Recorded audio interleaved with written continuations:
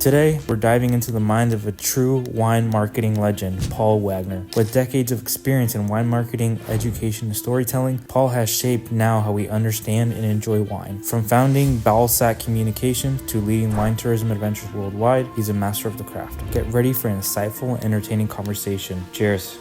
All right, guys, welcome back to another episode. We're here live with the grandfather of wine marketing, Professor Paul Wagner. So first and foremost, why don't you introduce yourselves to our audience? Yeah, we'll kind of go from there. Yeah, my name's Paul Wagner, and I have taught at the Napa Valley College wine program for the last 30 years and worked in the wine industry, ran Balsac Communications and Marketing, which is, when I ran it, it was the largest, biggest communications company in the wine industry, still doing a great job with some amazing clients today, although I have since sold it and am more or less retired, except I'm still teaching a little bit. And so let's get a little bit into your background. I think the big thing to me was when I met you is just how much information, how much you knew about marketing and specifically in the wine industry. So why don't you tell us a little bit how you got into marketing? Well, when I was at the university, I actually studied education and sociology, which are really good introductions to marketing, because education tells you how to communicate with people in a way that they'll remember. And sociology tells you how people think and how people as a group react to things. So those two in combination. Then I went and worked, studied, and eventually became a classical guitarist for a number of years. Moved to the Napa Valley and started working at a winery. Eventually ended up being put in charge of both Northern California sales and marketing at that winery. So I had both the theoretical side from the sociology and education, and then I had the practical side of actually doing the job. And I also took some classes with the American Marketing Association. So all of that stuff together gave me a really nice, well-rounded foundation. And then how long do you think the process was for you to really feel that you were a marketing person who knew what you were doing, essentially? Well, you know, the funny thing was, even when I first started working in the wine industry, I realized that some of the things the wine industry does are just not the way they're taught in marketing. And of course, the reason is the people who at the time were running the wine industry were all wine makers. They weren't marketers. So everybody talked about the same things. Nobody had a point of differentiation other than the fact that it's my winery and it's not his winery, so that's why we're different. And so really from the get-go, I started noticing things that, traditionally they've always been done this way in the wine industry, but that's not the way marketing teaches you to do them. And so it was fairly early on that I started raising my hand and saying, I think there are better ways to do this. And around what time was this? Because, the American wine industry is relatively young, right? Right. I don't want to age you, but you've been doing this for a while. So around, what time were you bringing that up or going against the norm, I guess? Yeah, I started working in the industry in the very early 1980s. And by 1986, 87, I was talking to people about maybe we should be looking at some other ways of doing this. And by the time I started my own agency in 1991, we were pretty well established as we need to find a more cost-effective, more effective way of communicating with people. Big thing we talk about on my podcast too is business. So what influenced you or made you think that you needed to start an agency, or that made you hop from essentially working for a winery to servicing several wineries? So it actually began because I was working at a winery and I'd hired an agency to do some work for the winery, and the owner of the agency came to me and he said, I'm interested in building my agency, expanding the agency. I'm looking for somebody who really knows wine and who really knows public relations. Would you come work for me? And we negotiated a little bit and I eventually took the job. And within a couple of years, I then became a partner in that agency. And when he finally decided that he wanted to pursue his real dream, which was acting, I had already set up my agency under the umbrella of his. So at that point then, we could move on from that. And yeah, we started representing everyone from Seagram Chateau and Estates to the Union de Grand Cru de Bordeaux to wineries all over California and all over the world. As you're helping a lot of wineries, and you've talked upon it a little bit, is the way that you market and talk about your wine, like more as a marketing person versus a winemaker. So like, what are your some philosophies behind that, or that you think really help a brand propel itself or differentiate itself between other ones? Yeah, the really big challenge in the wine industry is you talk to winemakers, and I always joke with them that they all make wine exactly the same way. They claim that's not true, but they pick the grapes when they're perfectly ripe. They carefully select their vineyards. They age them just enough to give them a little oak, but not too much oak. I mean, you talk to them, and every single one of them says the same thing. And the first rule of marketing is you've got to explain how you're different. So explaining how you make the wine isn't a way for the wine industry, for a wine company to distinguish itself from everybody else. In which case, you got to talk about something else. And that's ultimately the tough lesson to learn, is those winemakers have spent their whole lives learning how to make wine, and now they got to learn how to sell and market it, and it's a completely different set of parameters and a completely different set of skills. And do you think it's harder than making wine, in your opinion? Well, I've tried to make wine. I think making wine's really hard. Okay. But for winemakers, it's certainly easier to make wine than to do marketing. I'm a marketing guy, so for me, it's easier to do marketing than to make wine. Well, how are you able to scale? I mean, you talked about the success of your agency and you being able to sell it, right? Now being retired. As you're establishing yourself as a young company and doing your own thing, running your own agency, well, what's kind of the thought process that you had for scaling and getting more accounts? Well, I was absolutely convinced that the single best way to get new accounts was to do really good work for your existing clients. You work with them, they eventually, industry is plastic. It moves, it changes, the people change. And if you continue to do really good work, the person who was the assistant director at marketing at one company comes over and takes up a marketing position at a new company, and the first thing she says is, I worked with this really good agency in my last job. And that's basically how we built the company. On referrals, I always say the wine industry is not innovative. Their kind of innovation is show me 3 wineries that have done it just like this, and maybe I'll consider it.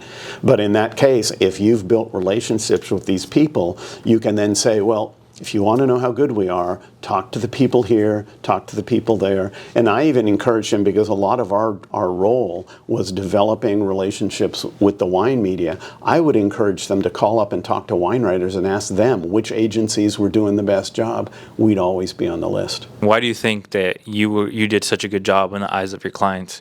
Was it because you drove sales so much? Because you were able to craft their brand so well? It was funny, I had a conversation about that years ago with a friend of mine who's a contractor. And he said, Paul, I don't get what you do. And I said, well, basically what I do is I define expectations, and then I meet and ideally exceed those expectations. And he said, no, I'm a contractor. That's what I do. In business, that's the only job there is. And to me, the key element of all of that in any business is making sure that you communicate with the client effectively enough that you have defined expectations. Here's what I'm going to be able to do for you. We had people who would call us up and say, we want to be on the cover of the Wine Spectator, and you've got 2 months. And I would say, okay, I'm just going to define expectations for you. That's not going to happen.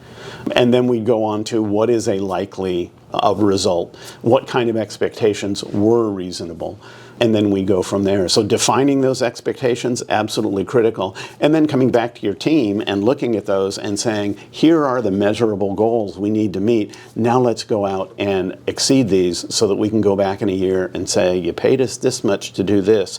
You got more than you asked for. Let's sign you up again for next year. And then just kind of getting into the difficulties of marketing wine, was there ever a time that you guys really faced a roadblock that it was like, this is probably not going to happen? Well, you always have struggles. You always have clients that may not have enough wine. Sometimes you have a great idea. I mean, I always say marketing, to do good marketing, you have to do something different and new. You can't just do exactly what everybody else is doing.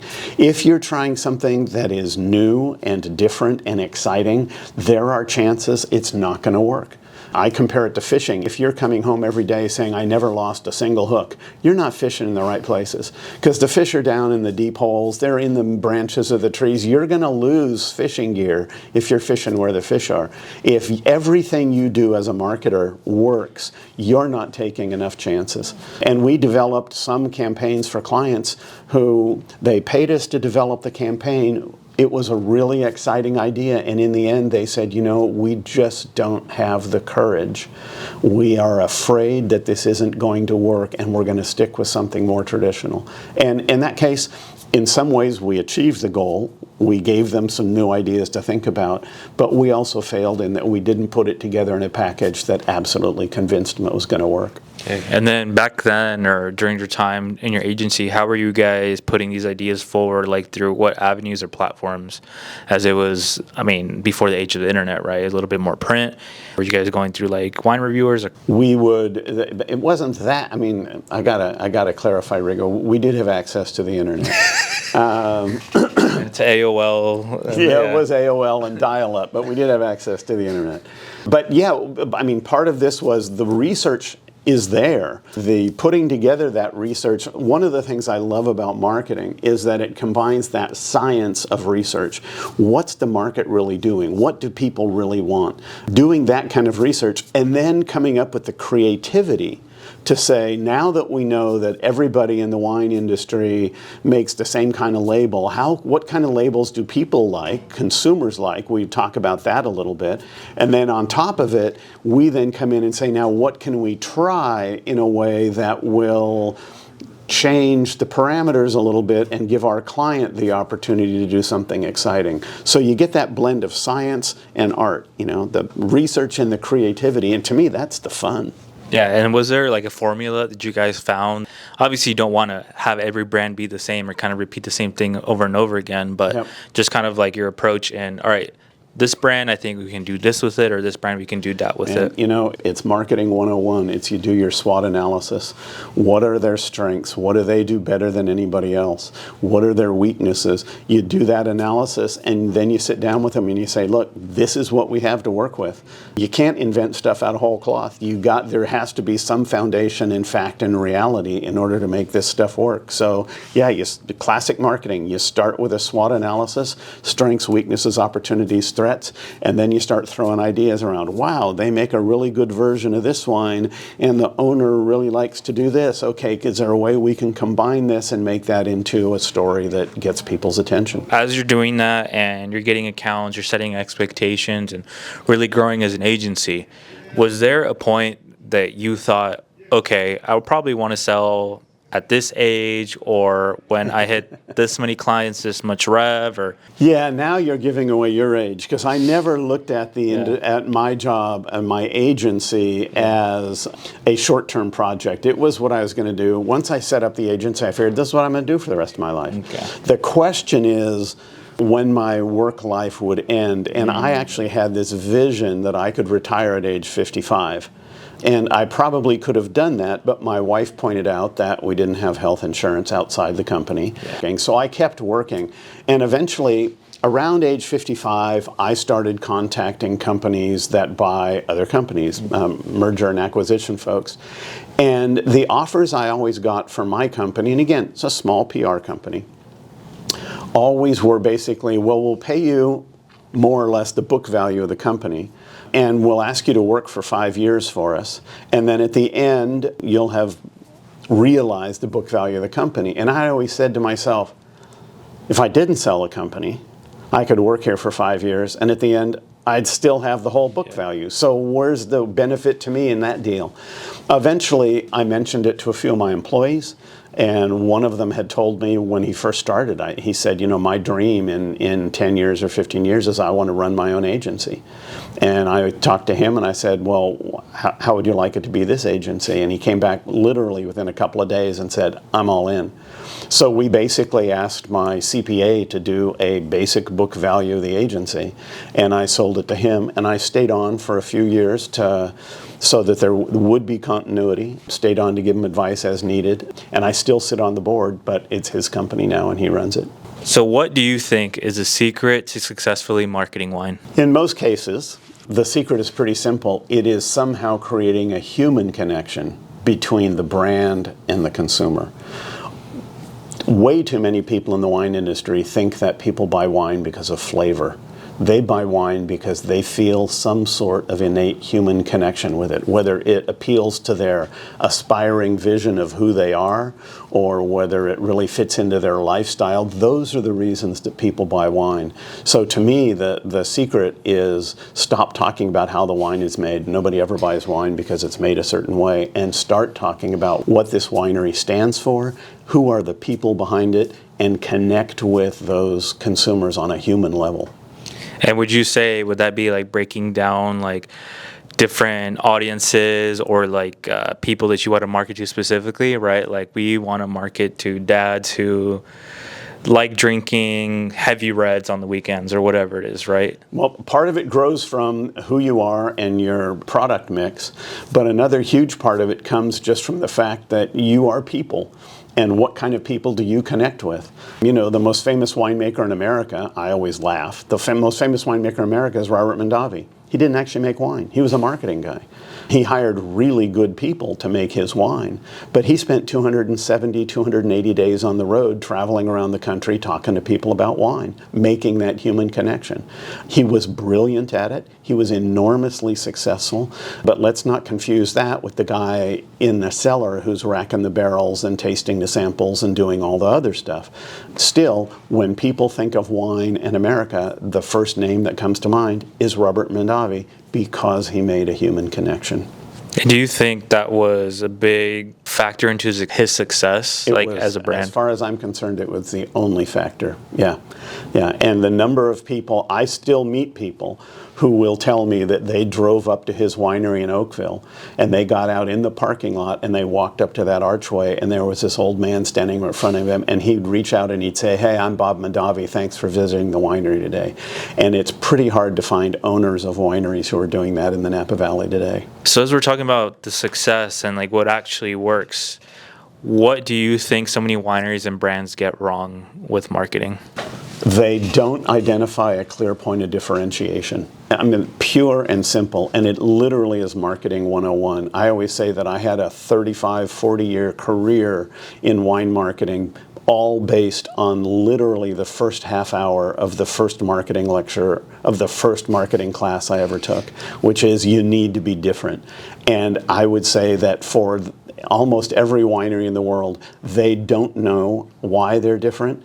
And when it comes to explaining it, they talk about things that consumers don't care.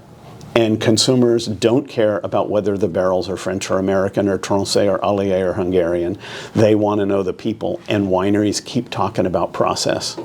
If you had your own winery, like how would you position that in a way that we're talking about people versus product? Well, first of all, you tell the story of the people who own it in a way that doesn't make them sound like they were very intelligent students at UC Davis. What you want is somebody who really can communicate emotion, who can communicate passion. The classic rule I always used to tell my clients is, please don't tell me you're passionate. Tell me what you love. Because people will sit there and say, I'm very passionate about making wine. You think, the passion is not coming through. But then when you get them to talk about what they really love, and it could be their dog, it could be, Jose Penin, the famous wine writer from Spain, always says, I always learn more talking to a winemaker about his dog than I do looking at tanks and barrels, because that's where the humanity comes through. You gotta communicate the humanity. And you think the humanity is what helps wine grow or sell versus like beer versus like spirits or anything else? I think, again, people buy wine because it's an expression of who they are, the consumer. And so they want to feel pretty good about the people on the other side of the equation. They always talk about how consumers want authenticity. And in Europe, they think that authenticity means, well, it has to come from this particular place in the ground.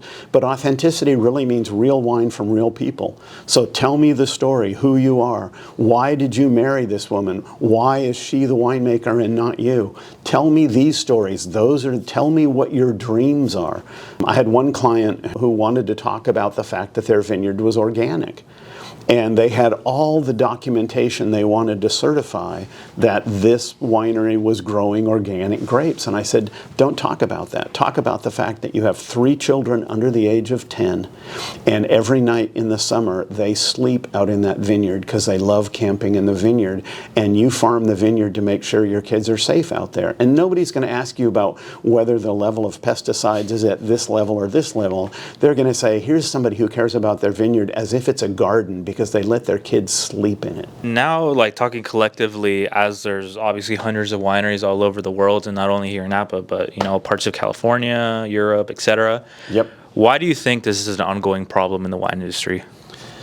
Well, we're facing a downturn in consumption around the world. And I think a lot of that has to do with the fact that we keep telling people there's a right way to drink wine and they shouldn't do it the wrong way. We keep telling there are right wines to match with certain foods and they shouldn't do it the other way.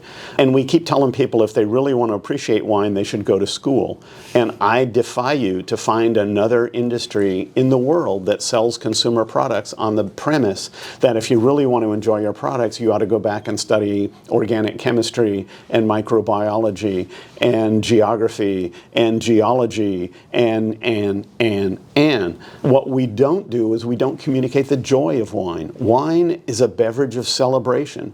When people have a party, they raise their glasses up in the air because that's a way that they have done for 10,000 years. They're asking a blessing from above. We need to be talking about that kind of stuff instead of the fact that the titratable acidity in this wine is a little higher because the vineyard is closer to the ocean and that's what's make the wine really special. Nobody drinks that, but people will drink that sense of celebration, that sense that, as Benjamin Franklin said, wine is proof that God loves us and wants to see us happy.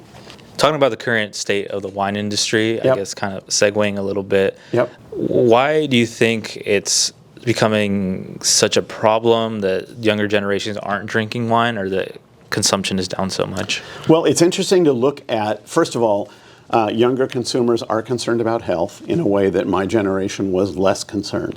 And the negative messages about alcohol consumption have had an impact on that. But at the same time, if we look at what alcoholic beverages they are drinking, they're drinking cocktails. And when you ask the younger generations why they have a cocktail, they talk about the fact that they walk into a bar and there's someone, a real person on the other side of the bar who is making something especially for them. You want to, instead of an olive in your martini, you want a raspberry? I'll give you the raspberry. Oh, he made it just the way I like it. There is that human connection there that we're losing in the wine industry. And it's ironic because in many ways winemakers would say, I'm making these wines exactly for these people. But they're not communicating that. They're communicating how they're making the wine instead of why they're making the wine. And I think if we reach out to those consumers and get them used to the idea that wine is a way to explore the world in a way that the only other beverage you can do this with is coffee. You can explore the world. This is a generation that grew up drinking Starbucks. They would want an iced Frappuccino from Indonesia, or they want a double mocha latte from Java. They're exploring the world. Man, is wine perfect for that opportunity, but we have to let them understand that in a way that the exploration is not it's fun. It's not a class. You don't have to study. You don't have to read up on things before you know which Malbec to try from Argentina. Just grab one, drink it, and enjoy it. And imagine that some gaucho's cooking you a monstrous steak over an open fire and have some fun. And would you say that change could come, or that sentiment from that generation, through how the information is presented? Absolutely. It was in, ironically, Nova Scotia, not a famous wine region, a few years ago. And there was a woman who attended one of the sessions that I was speaking at, and she came up after, she handed me her card and said, you have to come to my restaurant. So, of course, I went. And I opened up the wine list, and she said, I have just returned, in the wine list, there's a little letter to her diners that said, I've just returned from a trip to Chile. And you may wonder why I've got all these Chilean wines on the list. Well, I fell in love with Chile. And then you turn the page, and instead of a long, complicated explanation of the viticultural regions of Chile and what they do well, there was the text of Pablo Neruda's Ode to Wine, the greatest poem ever written about wine. And of course, he's from Chile. And you read through that poem, and by the time you finish reading that poem, you're ready to buy a Chile. You're ready to buy any wine, but a wine from the country that produced that poet, you're sold. Storytelling. Storytelling. Through storytelling, I think there's obviously a lot of wineries right now that are being sold to bigger conglomerates, or that there's some sort of restructure going on, and that's all parts of the wine industry, not only here in Napa. So, like, one piece of advice would you give to a small winery that's struggling to just get people in the door or separate themselves? Well, it's all marketing. So understand your market and figure out a way to get more people in the door. If you're struggling, obviously the secret for small wineries these days is direct-to-consumer sales. So you've got to treat people better. Again, marketing is standing out from the crowd. How is your website different from your competitors? How is your tasting room different from your competitors? How are your staff trained different from your competitors? Most wineries can't answer that question. How is your wine club different from your competitors? Most small wineries don't study the competition in that way. They can't do the competitive analysis. And so in the end, they don't know the answers because they haven't done the work. That's marketing. Also talking about like tourism and where it is right now and kind of how the wine industry as a whole is struggling. I think this is more of your wheelhouse in our backyard, right? What do you think Napa has to do to welcome people back or get people more interested to come up to Napa to drink wine? Oh, first of all, I think Napa's done a phenomenal job. Yeah. Napa has a brand that means something around the world. When I travel and I tell them I am from north of San Francisco, and they look at me as if, okay, I'm not quite sure where that is. And then I say Napa Valley, and they say, of course, everybody knows Napa Valley. So the marketing effort of Napa Valley Vintners and Visit Napa Valley, those have been very successful projects. Napa does have a challenge, which is in order to maintain its position as the leading wine industry in America, it needs to continue to focus on very high quality operations and very high quality experiences for their visitors. And of course, those cost a lot of money.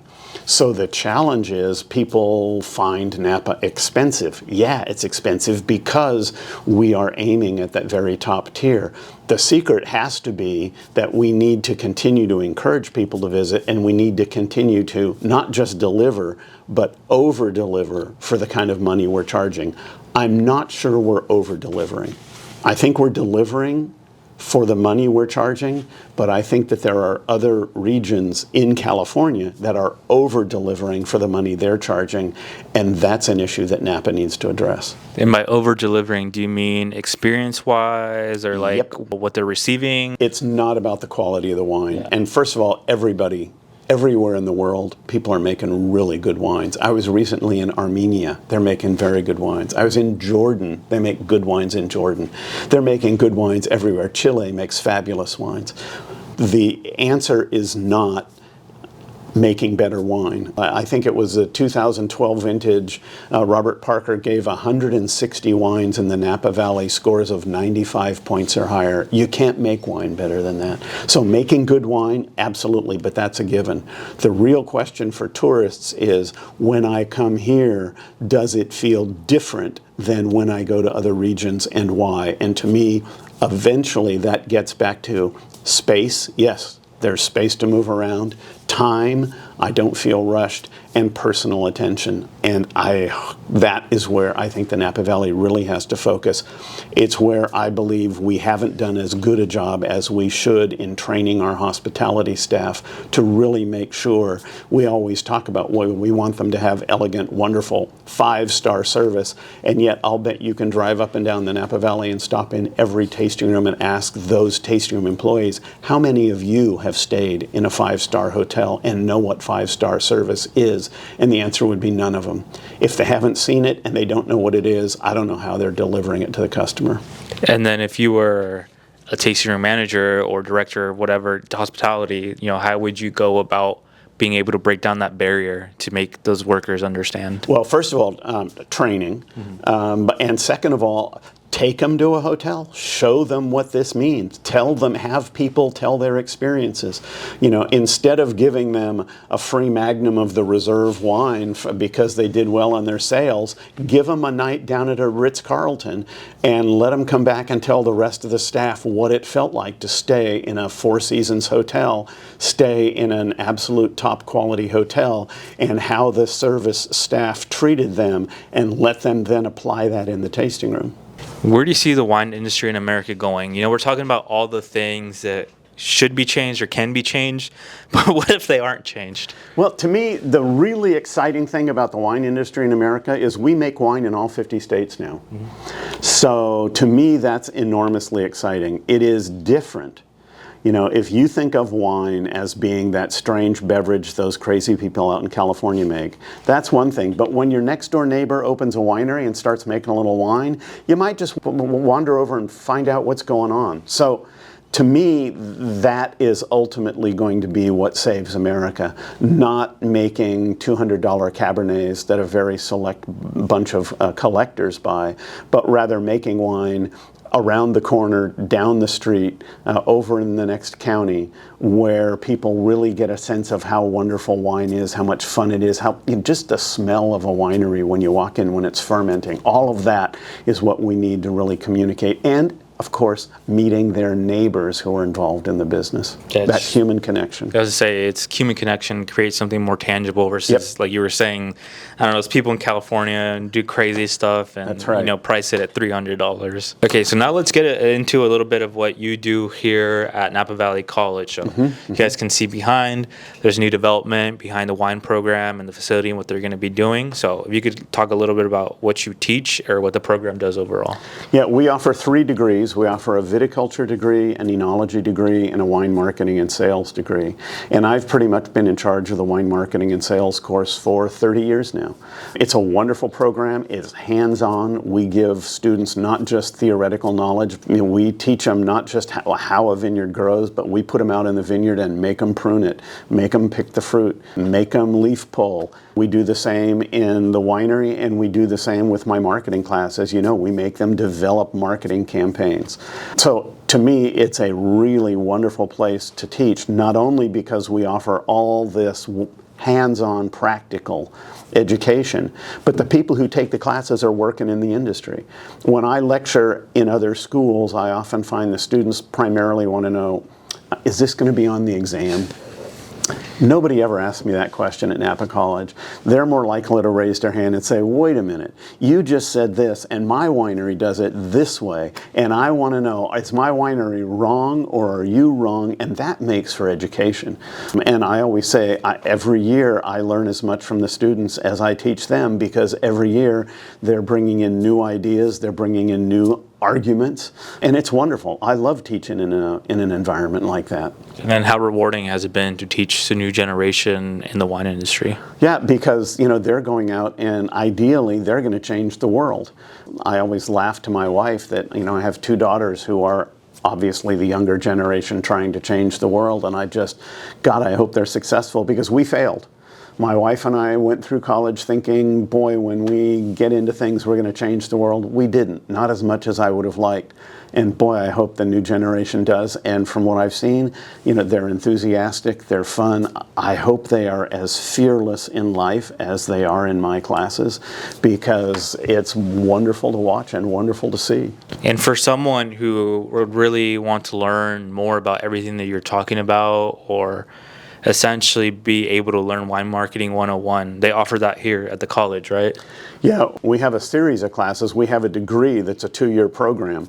But every year I teach a class called Wine Marketing and Sales, and we start at the beginning and we work all the way through to the end, where one of the ways you can take the final exam is you actually write a marketing project for a winery, which could be your own winery. But I'm also teaching a new class now called Wine Hospitality Training, which teaches you everything everything you need to know to work in a tasting room.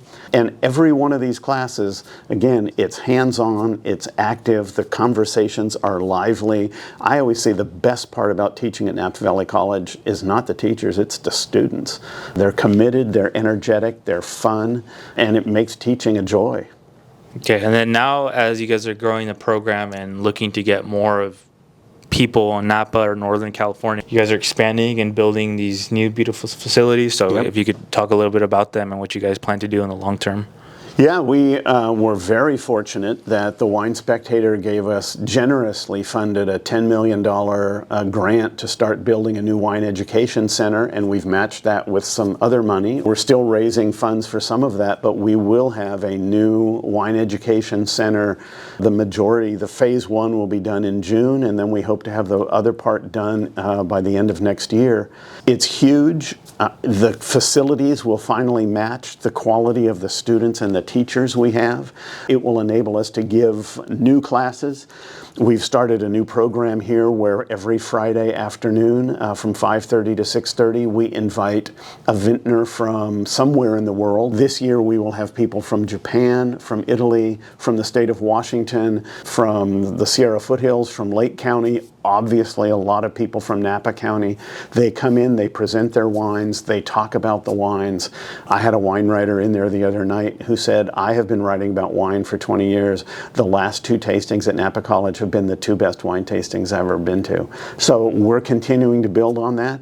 We see more opportunities once the new buildings are completed to add capacity, add classes, and we're promoting the heck out of it because we see how excited people are once they get in and find out. They think, I can't tell you the number of students I've had who've raised their hand and said, why didn't we know about this before?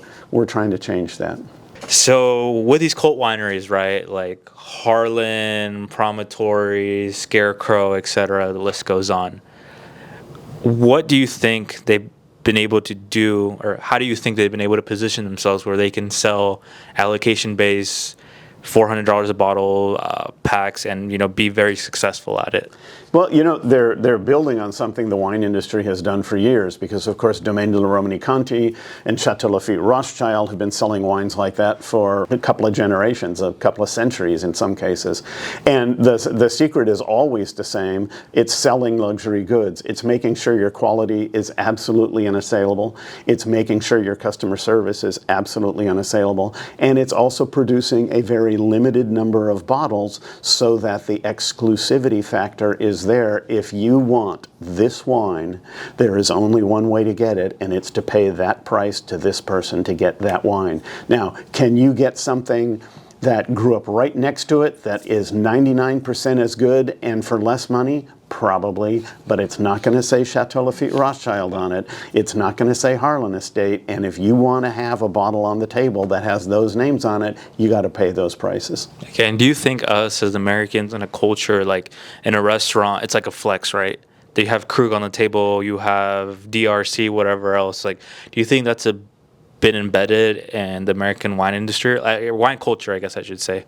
Absolutely. American wine culture ultimately is based on the wine culture of Britain from 100 years ago. The wealthy class, the nobles drank wine, and the workers drank beer. And one of the ways you showed that you were of the proper breeding and the upper class was you knew about wine and you didn't bother yourself with beer. And we have adopted a lot of that. It's been very successful in developing this sense that wine is very special, but in my opinion, it is now there's a double-edged sword because it is killing wine when it comes to trying to sell to a younger generation that doesn't buy into all the trappings of the upper class. They just want to have fun and enjoy life and have memorable experiences, and wine needs to find a way to reach those younger people. And you think that's also been part of the problem on why the newer generations just aren't attracted to wine, right? No question. Tell me another consumer product that tells its consumers before you can really enjoy this wine, you should take a couple of classes. Now, wrapping up, I really appreciate your time. My pleasure. Great seeing you, Rigo. Thank you, Paul. We'll put all your information below if you guys want to check out classes at Napa Valley College or more information about You Can Learn. If people want to reach you and maybe talk a little bit about wine, I know you're big on LinkedIn. Where can they find you? They can find me on LinkedIn, and I also have a website, very simple. It's simply called paulwagnerwine.com. It's send an email there, and I will get it. Okay, beautiful. All right, we'll see you guys next time. Thank you guys for tuning in. Thanks.